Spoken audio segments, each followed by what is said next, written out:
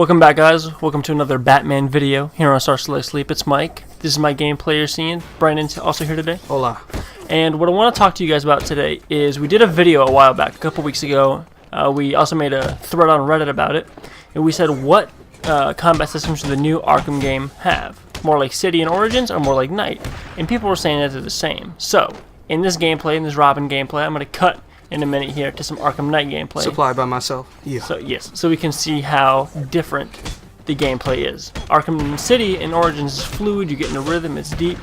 But we're gonna take a look real quick at some of the Arkham Knight gameplay just so we can illustrate it for y'all. Now, Arkham Knight, as you can see, it's very. Brandon said it was cartoony. It very much so is cartoony because you're just hopping around, swinging around.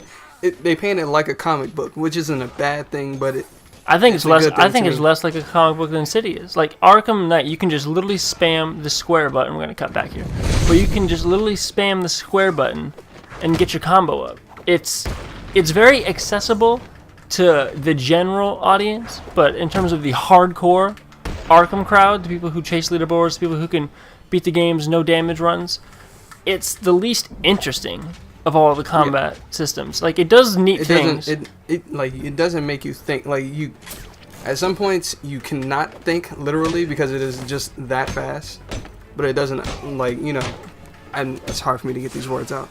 I'm not understanding what I'm trying to say. The point is you can't think sometimes.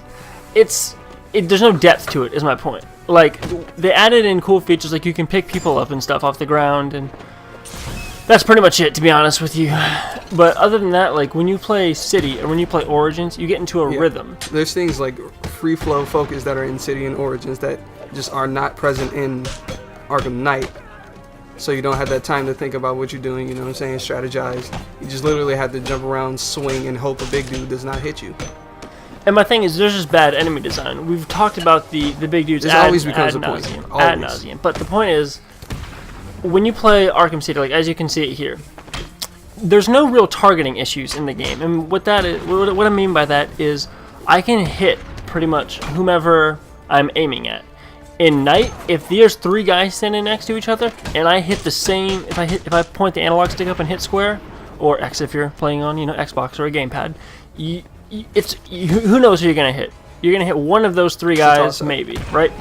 And it's very button mashy. People who aren't very good at the Arkham games always say they were button mashy. You can just press square to win, right? But you get into a rhythm, you get into your variation bonuses, your gadget variation bonuses, and it gives you a sense of, what's the word I'm looking for? Of showmanship, of skill, composition. Right? Exactly. When you play Art, Junior says off screen, but when you play Arkham Knight, it's really like in fact, it takes away from you to try to play as Batman or Robin would and work in variation, because like on some maps you just literally just want to mash square and just get to the end. Especially since like I always thought that the critical hits being 3, like counting as 3 hits for Arkham Knight was always a bad thing, because you would literally tank the enemies before you even realize it. They're dead on the floor before you can even get into your variation, and so on and so forth. Yeah, they drop like flies and you have critical hits going. I prefer the way they did it in Origins, where when you activated the shock gloves. Now, some people are going to get on me. Shock gloves made Arkham Origins quite easy, but it made it accessible to new players in a way that I think is more accessible than Arkham Knight. That's what I think Rocksteady tried to do. It's the final Batman game. They're like, what does everyone want? Everyone wants the Batmobile. Everyone wants to be a tank. Exactly. Well, a lot of people are going to buy this game, right? And Asylum, very hard. Well, not very hard, but much harder than the other two. I think City's the easiest. I think City's the best in terms of rating a game. But like I said, like we've said in past videos, you never feel in danger in City. Unless you get as you see on screen here, round 3 type enemies, you get a lot. Playing on hard mode. Exactly. Like I was just a few days ago, getting spanked a little bit. Exactly. And we're on Night. They're like, we need to make this accessible to the masses. So here's what we're gonna do. Just basically hit all the buttons you can and take someone out. So they never want you to not feel like Batman. That's the whole point of the Rocksteady games, is they want you to feel like Batman, just tank anyone. You never want to take any damage, right?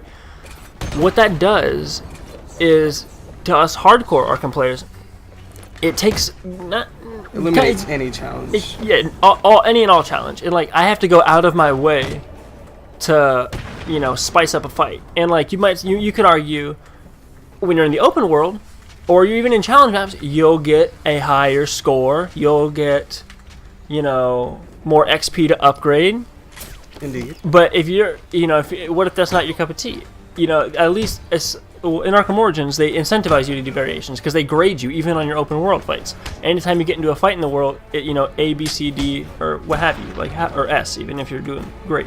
Yeah. Like, what grade did you get? At night, they're like, okay, you did it. It's done.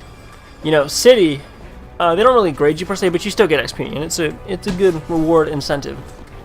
Now, if you're coming at me, or want to go in the comments and say, well, in Arkham Knight, you need to do variation to get high scores in combat rooms. That's not true at all. If you look up the map Guardians, or any of the dual play maps, or any of the Infinite maps, just the Infinite maps, just hit square. It's and not just very go. important at Exactly. Just get the punches, because eventually that's where your score is going to come from. It boosts your combo so hard, especially with the 3 hits. Exactly. That it will be at a moot point at that time.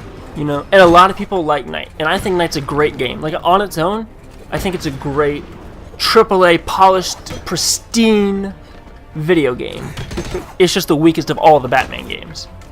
Like, I think Asylum combat, I'd rather play Asylum than Knight. I mean, it's just Asylum. Asylum's the most different of all the other ones. All the it's other most difficult. It's the most bash you in the head out of all of them.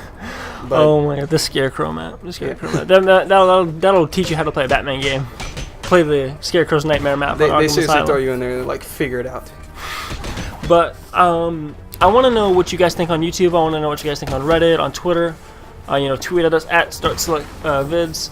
What do you guys think of the combat systems? Like, I like Knight's combat system. There's nothing wrong with it. I've said in videos before here on the channel, I think Knight has a great combat system. I just prefer that of City and Origins. Yes, especially all of you that notice the differences within these exactly titles. The hardcore Arkham community. What do you guys think? I'm talking to you Arkham videos, you Arkham channel. Who else is out here? Friend request me so we can compare scores. But this, I want to know, because odds are the new Batman game is going to adopt the Knight style of combat, and I'm fine with that. But can we at least get some variation and fix the big henchmen? And maybe change up the timing. I will never not talk about that. We have a video coming up on that soon. But thank you guys so much for listening to us ramble for about 8 minutes. Oh wow, 8 minutes even on this video. But make sure you like and subscribe. Try to beat that score. And we'll see you on the next one. We're on the come up.